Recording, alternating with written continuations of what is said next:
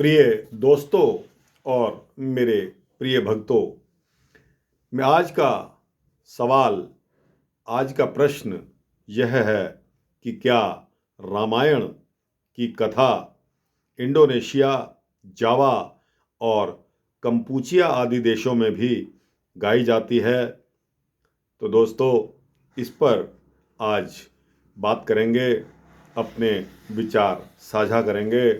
दोस्तों, सर्वप्रथम मैं आपको इस ग्रंथ के, रामायण ग्रंथ के बारे में थोड़ा सा परिचय देता हूँ। रामायण जगत प्रसिद्ध भारतीय धार्मिक ग्रंथ है। देवर्षि नारद द्वारा वाल्मीकि जी को दिए गए 2 अक्षरों के महामंत्र राम से रामायण का सूत्रपात हुआ। वाल्मीकि द्वारा रचित रामायण संस्कृत का सर्वप्रथम महाकाव्य माना जाता है, इसीलिए इसे आदि काव्य भी कहा जाता है।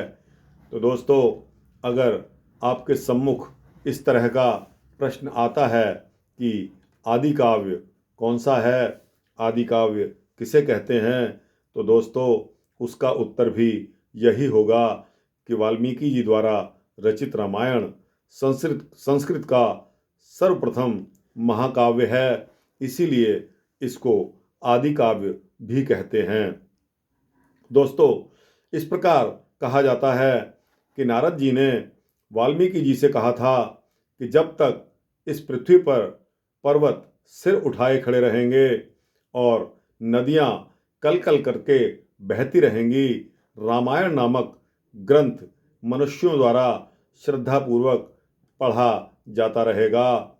स्पष्टतः रामायण श्री रामचंद्र जी की जीवन गाथा को लेकर ही रची गई है।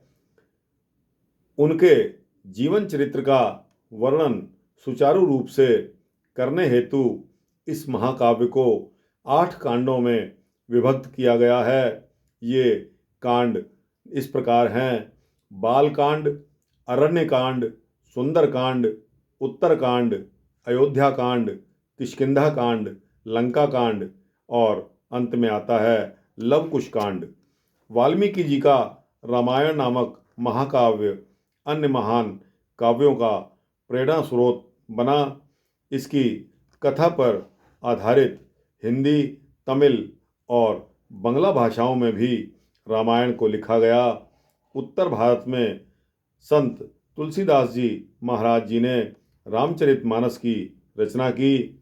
दक्षिण में कंबन ने रामायण लिखी और पूर्वी भारत में कृत्तिवास ने रामायण का अपना महाकाव्य रचा। रामायण की कथा के अंशों को दृश्य चित्रों और भित्ति चित्रों के रूप में भी अंकित किया गया।